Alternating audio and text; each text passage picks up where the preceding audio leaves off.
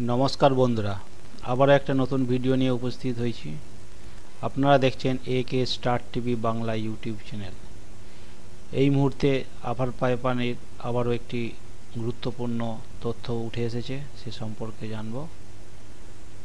জীবন থেকে মূল্যবান সময়ের 7টি বছর নষ্ট হলো, তীব্র হতাশায় চাকরি প্রার্থীরা। এ সম্পর্কে আমরা জানব। উচ্চ প্রাথমিকের নিয়োগ প্রক্রিয়া বাতিল করল কলকাতা হাইকোর্ট। বিচারপতি মৌসুমী ভট্টাচার্য শুক্রবার জানিয়ে দিলেন, নিয়োগ প্রক্রিয়া আইন মেনে হয়নি, পুরো প্রক্রিয়ায় অনিয়মে ভরা। প্যানেল থেকে মেরিট লিস্ট পুরো তালিকায় বাতিল।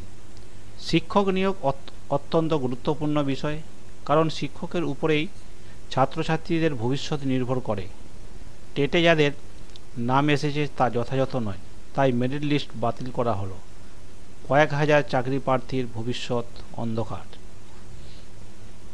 তবে দীর্ঘ 7 বছরের প্রচেষ্টা, বিক্ষোভ, আন্দোলন, এত কিছু করেও পুরো নিয়োগ প্রক্রিয়া বাতিল হয়ে যাওয়ায় তীব্র ক্ষুব্ধ আপার প্রাইমারি চাকরি প্রার্থীদের এক বড় অংশ।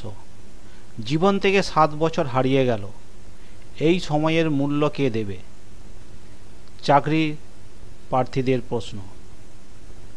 প্যানেল বাতিল হয়ে আসলে তো ক্ষতিগ্রস্ত হলো প্যানেলভুক্ত প্রার্থীরাই, কিন্তু যারা সত্যি এই দুর্নীতির সঙ্গে যুক্ত তাদের কোনো শাস্তি হলো না। তারা তো বেহাল তবিয়তে থাকবেন। মাননীয়া বিচারপতি মৌসুমী ম্যাডাম, চাকরি প্রার্থীদের আরও প্রশ্ন। আপনি নিজে ভেরিফিকেশনের অর্ডার দিয়েছেন, ইন্টারভিউয়ের অর্ডার দিয়েছেন এবং প্রফেশনাল মেরিট লিস্ট প্রকাশের অর্ডার দিয়েছেন। তাহলে আজ নিজেই সম্পূর্ণ প্রক্রিয়া বাতিল করলেন কেন?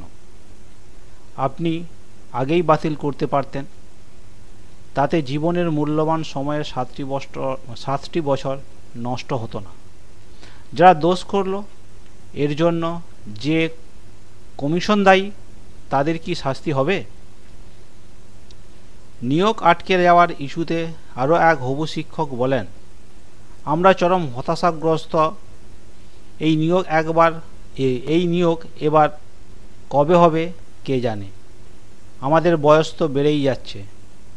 এই নির্দেশে অনেকেই চাকরির সুযোগ থেকে বঞ্চিত হলো। আমরা দুর্নীতির জন্য দোষীদের শাস্তি প্রার্থনা করছি। এই ছিল আজকের আপডেট। যদি ভিডিওটা ভালো লাগে তাহলে লাইক, শেয়ার ও কমেন্ট করবেন। ধন্যবাদ।